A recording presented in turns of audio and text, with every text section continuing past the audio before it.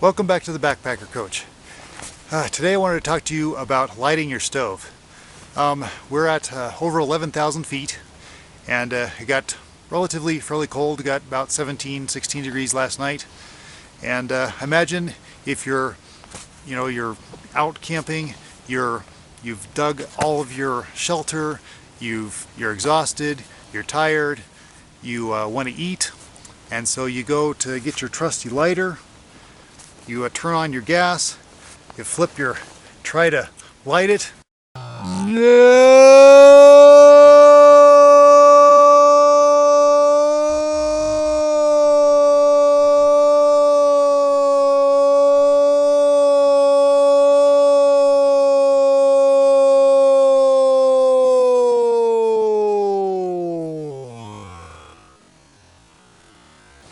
It won't light.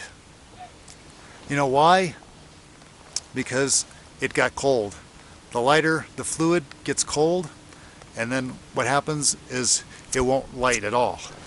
So you have a couple choices. One, you have to keep your lighter warm, so you need to keep it inside your pocket. Now if that doesn't happen, say you forgot, which that happens from time to time, or you can't keep it warm, you need to have another way to be able to light your stove. Another possible way is to be able to have a set of matches, and to make sure that you have your sandpaper to be able to light your matches. Make sure it is a fine grain, not a coarse grain, otherwise it'll just eat the matches up and it won't start your matches. Another good possibility, and which is what I use a lot, is to have some sort of a flint. I happen to have this kind of flint. It actually works really well, and it's a flint that starts for a welder. But you can use other kind of, the flint that you have for on knives, or that kind of flint as well. And what I found out, that if you, I have a nice Soto stove. It has the little igniter switch, and it got cold enough that the igniter doesn't work.